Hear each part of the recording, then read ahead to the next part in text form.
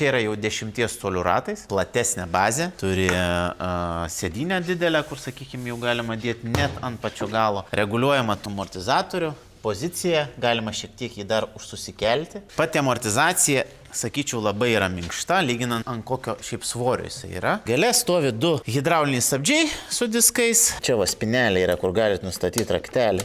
Čia jeigu duosit savo jaunuolį kokiam, gal mažesniam vaikui važiuoti su juo, nes jisai važiuoja iki 60 km/h. Jums pristatom šitą elektrinį keturratį 1800 W, 72 V, 32 Ah baterija Falcon Premium. Taip, šitą keturratį gali įsigyti pas mus mankius.lt arba fizinėse parduotuvėse Vilnius, Kaunas, Klaipėda. Aisimiraulė. Taip.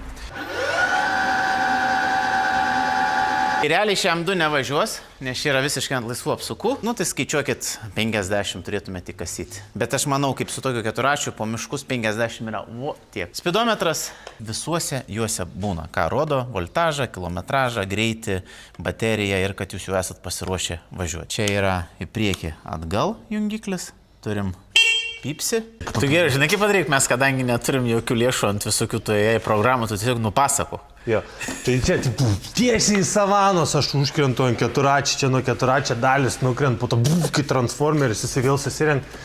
Pabandykim rovimą.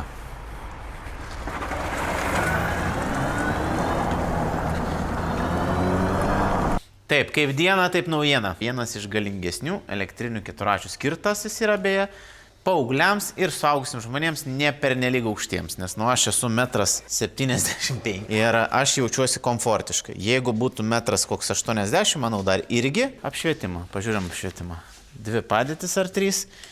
Turi Angel ūsus ir ilgas arba trumpas šviesas. Galima įsisukti veidrodžius, veidrodžių laikikliai.